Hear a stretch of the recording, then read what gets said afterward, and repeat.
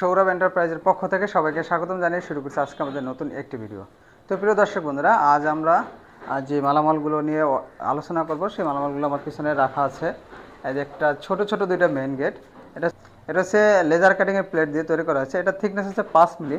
যদি একটু কাছ থেকে দেখাই তাহলে দেখতে পারবেন এই থিকনেস কিন্তু 5 মিলি আপনারা দেখতে পাবেন। তো প্রিয় দর্শক বন্ধুরা, আপনার চাইলে কিন্তু যে কোনো সাইজের নিতে পারবেন। এবার পাশে একটা ডিজাইন আছে, এই ডিজাইনটা এই গেটটা এখনও কমপ্লিট হয়নি। এটা কমপ্লিট হলে চলে যাবে সিলেটে। আর সিলেটে যাওয়ার আগে আমি একটা গেটের রিভিউ তৈরি করব।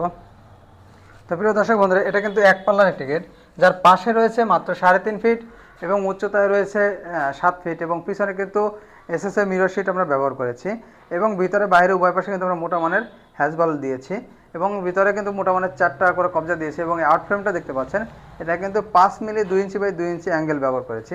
এবং পাশে আর একটা গেট দেখাবো। এই গেটটি হচ্ছে কিন্তু ঠেলা বা রেলিং গেট হবে, যেটা এই রেলিং গেটকে পিছনে নিচে দেখতে পাচ্ছেন যে আমরা চাকা লাগিয়ে দিয়েছি দুটি, কারণ গেটটির পাশে রয়েছে প্রায় 3 ফিটের মতো এবং উচ্চতা রয়েছে 7 ফিট।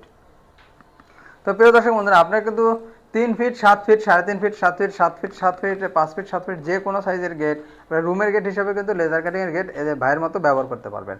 তো প্রিয় দর্শক বন্ধুরা, বাইরে এই গেটটি চলে যাবে ঢাকা মোহাম্মদপুরে আদাবরে।